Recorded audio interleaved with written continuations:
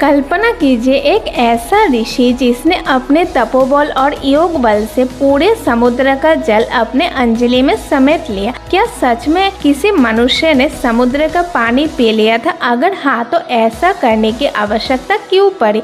क्या यह केवल एक कथा है या इसके पीछे कोई गहरी आध्यात्मिक और प्रतीकात्मक अर्थ? एक कथा मुख्य रूप से रामायण, महाभारत तथा विभिन्न पुराणों में वर्णित है। बहुत समय पहले देवता और असुर के बीच भीषण युद्ध हुआ।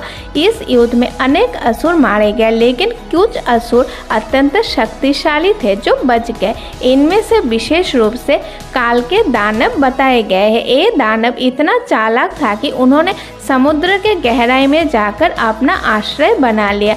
दिन में वे समुद्र के भीतर छिपे रहते थे और रात होते ही बाहर निकलकर ऋषियों, मुनियों और सामान्य लोगों को परेशान करते। उनके आतंक से तीनों लोक में भय।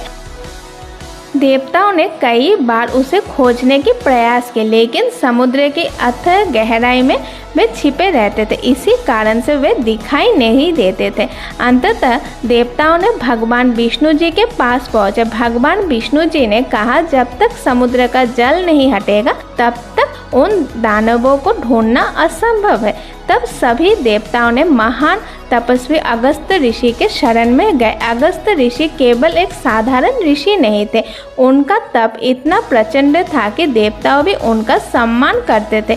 कई गाथाओं में उनको सप्त ऋषियों में से एक ऋषि माना गया है। देवताओं ने उनसे प्रार्थना की वे काल के दानव के आतंक से संसार को मुक्त करने में सहायता करें।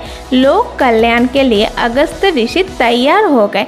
कथा के अनुसार वे समुद्र तट पर पहुंचे। अपने योगबल और तपोबल शक्ति से समुद्र का समस्त जल वो पी गए। देखते ही देखते विशाल समुद्र सूख गए। समुद्र सूखते ही उसके भीतर छिपे काल के दानव प्रकट हो गए। जब देवताओं को उनका स्थान स्पष्ट दिखाई देने लगे, तुरंत देवताओं ने उस दानव के ऊपर आक्रमण कर दिया और उनका विनाश भी कर दिया। इस प्रकार तीनों लोगों को उनके आतंक से मुक्ति मिली। लेकिन अब एक नई समस्या उत्पन्न हुई। समुद्र का सारा पानी अगस्त्य ऋषि पी चुके थे। देवताओं ने उनसे विनम्रता से निवेदन किया वे समुद्र का जल पुनः लौटा दे। कथा के अनुसार अगस्त्य ऋषि ने बताया वे जल पी चुके हैं।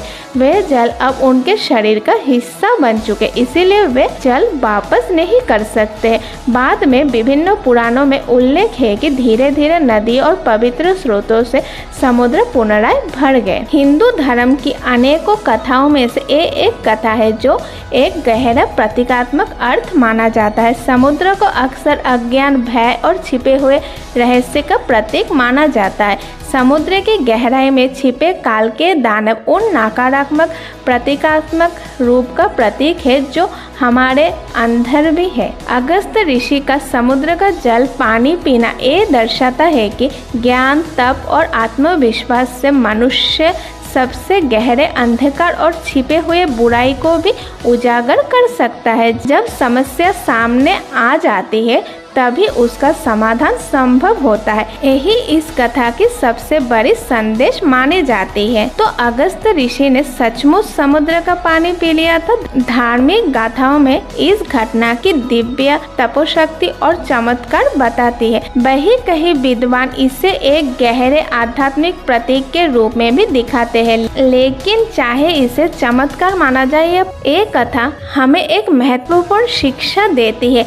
ज्ञान और तप और शक्ति के सामने सबसे विशाल बाधाएं भी छोटी हो जाती है। और शायद इसी कारण से अगस्त्य ऋषि को भारतीय परंपरा में सबसे महान ऋषि माना गया है। ओम नमः शिवाय। ओम नमो लक्ष्मी नारायणाय।